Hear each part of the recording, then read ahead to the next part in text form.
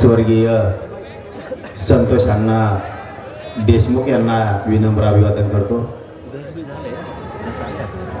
आणि व्यासपीठावरील सर्व बांधव, आज आपल्या परभणी जिल्ह्याच्या वतीनं संतोष भैया देशमुख यांना न्याय मिळावा म्हणून मोर्चा आयोजित करण्यात आला.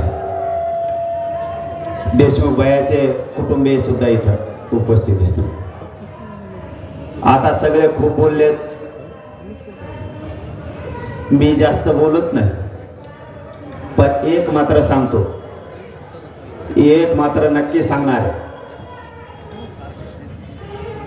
की संतोष भैयाला ज्यावेळेस ते काल पोलीस स्टेशनला गेले त्यांना बोलण्यात आलं, धमकी देण्यात आलं. बरोबर आहे ना?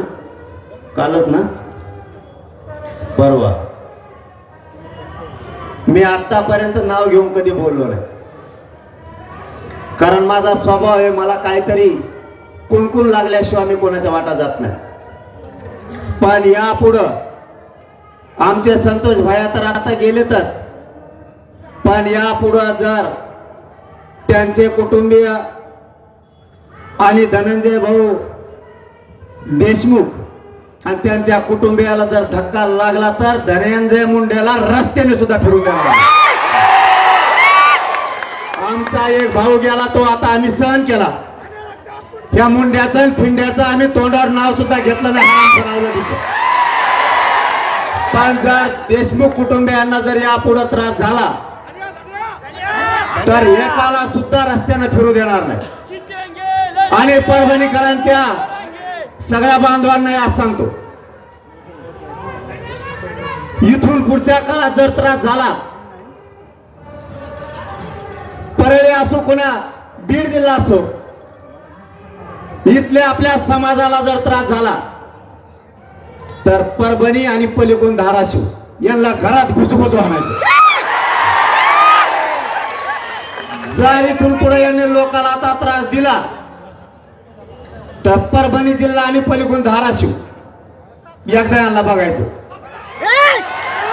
माझा हे बघा, मी असलं कधी बोलत नाही, पण व्यासपीठावर एवढे जमलेत सगळ्या पक्षाचे नेते, आमदार, खासदार, ज्या वेळेस अस्मितेचा विषय येतो, जर माणसाच्या मुर्देच पडायला लागले तर हे सहन होत नाही. आम्हाला माज नाहीये, आम्हाला मस्ती पण नाही. जर तुम्ही आमचे लेकरं उघड्यावरती पाडायला लागला, आज काय दशा आहे कुटुंबाची, कसं जगायचं त्या पोरीनं आणि त्या पोरानं. तुम्ही जर आमचे लोक मारून जर तुम्ही तुमचे आरोपी घरात लपून ठेवता, यांना पुण्यात नेमका सांभाळा कोणी? सगळे आरोपी पुण्यातच नेमके कसे सापडायला लागले? सगळ्याची सगळे आरोपी हे पुण्यातूनच सापडतात. याचा अर्थ तुमच्या सरकारमधले मंत्री जे आरोपींना सांभाळायला लागले, या खंडणी मधल्या आरोपींना आणि हत्येतील आरोपींना, या दोघांची नार्को टेस्ट झाली पाहिजे आणि त्यांना सांभाळणाऱ्या सगळ्यांना सह आरोपी केलं पाहिजे. हे फाशी होणारच. फाशी जर नाही झाली ना, मग आता कोणतरी म्हणले, मला वाटतं खासदार का कोण म्हणले की 4 सीट कच्च होईल. सरकारचं ऐकून आणि तिथल्या मंत्र्याचं ऐकून जर का 4 सीट कच्च झालं आणि त्याच्यातला एक बी आरोपी जर बाहेर आला की मंत्री गोट्याने हल्ला, आता तुम्हाला हीच भाषा कळते. आता आमचा नाविलाज आम्ही करतो तो जातीवाद म्हणताय. संतोष भैया देशमुखांना जर आम्ही न्याय मागितला तर आम्हाला जातीवादी म्हणता. ही तुमची कोणती भाषा आहे? हे नवीन षडयंत्र सुरू झाले. आपण जर संतोष भैयाकडून बोललो, आपल्याला म्हणते हे जातीवाद करायला लागले. हे तुम्ही नवीन शब्द आणि षडयंत्र आणले. आम्ही संतोष भैयाकडून बोललो की आम्ही जातीवादी, आज तुम्ही आरोपीला सांभाळतात ते काय? तुम्ही आरोपीला गाड्या घेऊन पळतात ते काय? आणि संतोष भैयाला क्रूरपणे तुम्ही मारलं, तो जातीवाद नाहीये का? आम्ही आरक्षण मागितलं की आम्ही जातीवादी, आणि तुम्ही कोणाचाही वरबडून खाताय, मग तुम्ही जातीवादी नाही. यांना काय म्हणायचं ते म्हणू द्या. इथून पुढच्या काळात आपण सावध राहा. जर या समाजावर अन्याय व्हायला लागला तर आपल्याला सुद्धा गावाला घरात घुसून बाहेर काढावं लागणार. नाविलाज आहे आपला नाविलाज आहे. आपल्या लेकराचे जर तुकडे होणार असले तर सहन करायची सुद्धा काही परिसीमा असती. कोणते मराठी आहेत आपण आता संयम का बाळगायचा. जर पुढच्या काळात आपल्या समाजावर त्याने माता माऊलीवर हल्ले झाले तर उत्तर जशाला तसा द्यायचा. आपण हटायचं नाही.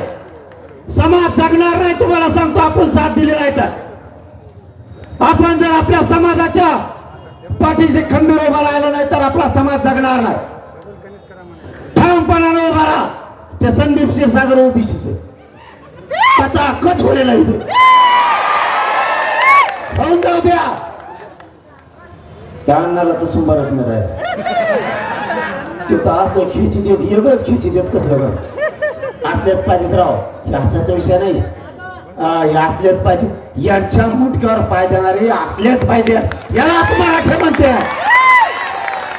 जो आमदार तो कुठल्याही पक्षाचा असू द्या, महायुती असू द्या नाही तर महाविकास आघाडी असू द्या, जो आपल्या बाजूला बोलाल या महाराष्ट्रातल्या मराठ्यांनी त्याच्या पाठीमागे ठाम उभा राहायचं. त्याला उघडं पडू द्यायचं नाही. नेतृत्व फितृत्व जाऊ दे खात्यात तिकडं. समाजाच्या बाजूनं त्यांनी ताब्द देऊन दिलं डबल. मग त्यांना काचका कळण परभणी कशाला म्हणतात, धाराशिव कशाला म्हणतात. दांडे मूळच तर मागे सरकत नाहीत. मग याला करू देतात. यांनी फक्त देशमुख कुटुंबियाला डबल त्रास देऊ द्या. मग यांना काचका सांगू जात. यांना त्याचा थोडं सापडून द्या. त्याला थोडं सापडून द्या. त्याला सुद्धा वाजवतो मी. त्यालाही सोडत नाही. आपलं ना डायरेक्ट नाव असतं. आपलं ते दाटोमोठी नाव नसतं त्यांच्यासारखं. आकान बोकान हाकीन फाकीन आपण असल्या अंगाचं नाव नाही घेत. उलसिक सापडला की डायरेक्ट नाव. आणि त्यांनी मध्ये नाही टाकला की त्याला आम्ही राज्यातच नाही फिरून देत. त्याला राज्यात फिरून देत नाही. तो फक्त थोडा बी तो धनंजय मुंडे याचा सापडू द्या किंवा किल्ली मिळू द्या. याला राज्यातच फिरू देत नाही. याला सुट्टीच नाही. आता तुम्ही धनंजय देशमुखला धमक्या देता. माधुरी अवलाद का तुमची? त्या बिचाऱ्याचा भाऊ गेलाय.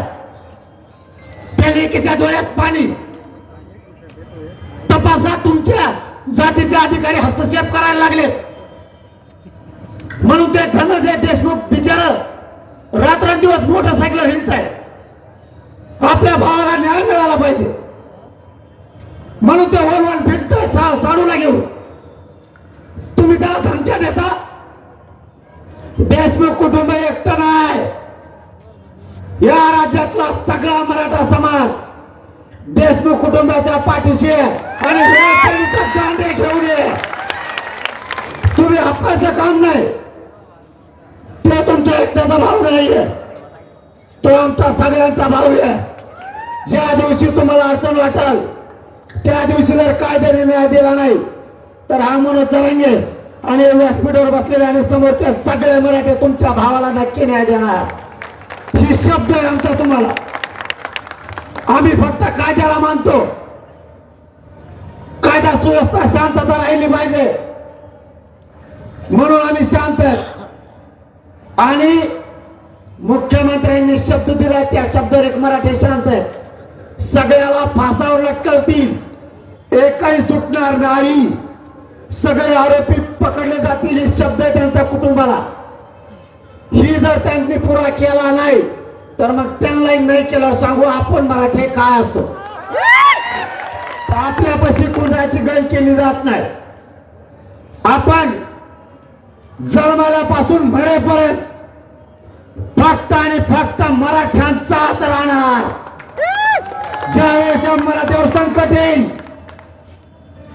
त्यावेळेस मी फक्त मराठ्यांच्याच बाजूला असणार. मराठ्यांनी काळजी करायची गरज नाही. फक्त मराठे उठून एकत्र येत जा. ऊन वारा पाऊस बघायचं नाही, एक जीवाने सगळ्यांनी उभं राहत जायचं.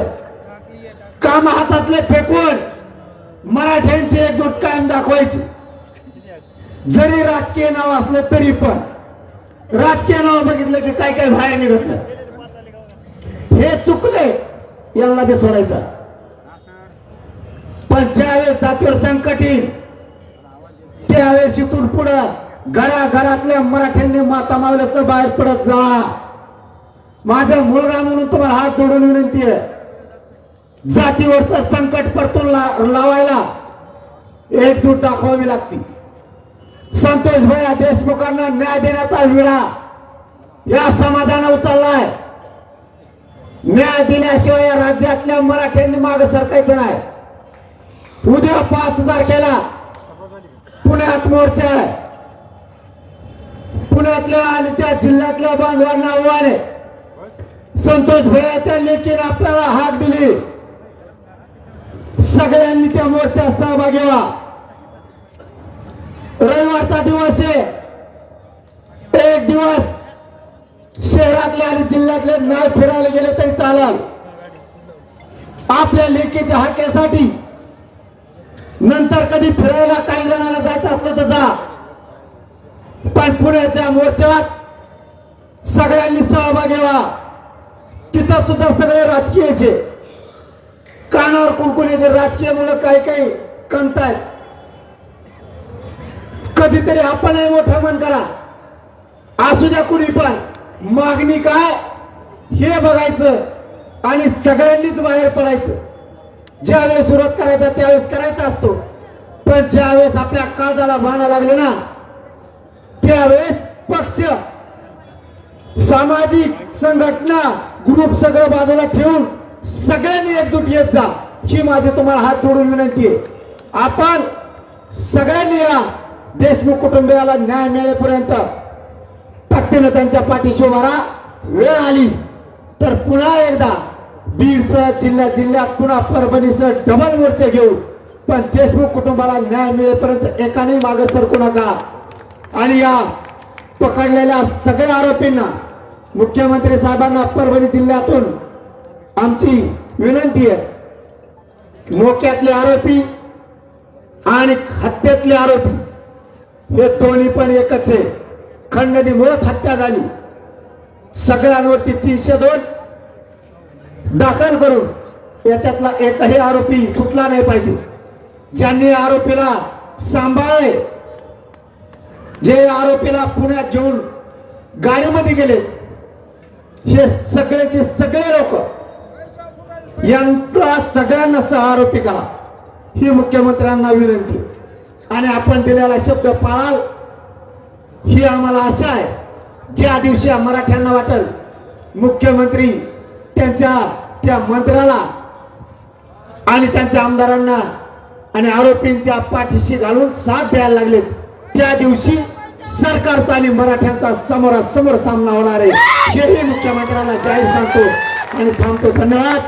जय शिवराय.